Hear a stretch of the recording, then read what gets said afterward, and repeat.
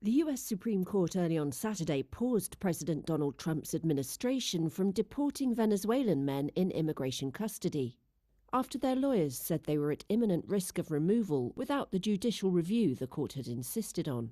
Lawyers for the American Civil Liberties Union filed urgent requests on Friday in multiple courts, including the Supreme Court, urging immediate action. They said some of the men had already been loaded onto buses and were told they were to be deported. The latest escalation is centered on dozens of Venezuelans held at the Bluebonnet detention facility in Anson, Texas.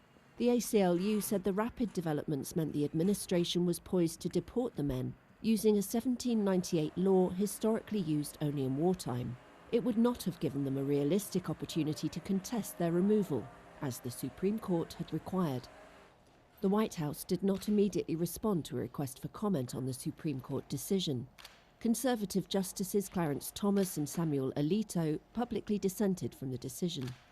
That criminals, fraudsters, and illegal aliens the case raises questions about the Trump administration's adherence to limits set by the Supreme Court, and it could herald a significant clash between the two co-equal branches of government, potentially even a full-blown constitutional crisis.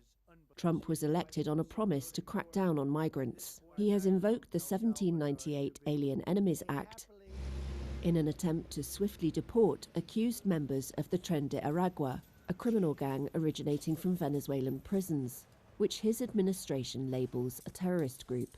The president and his senior aides have asserted their executive power grants them wide authority on immigration matters, testing the balance of power between branches of government.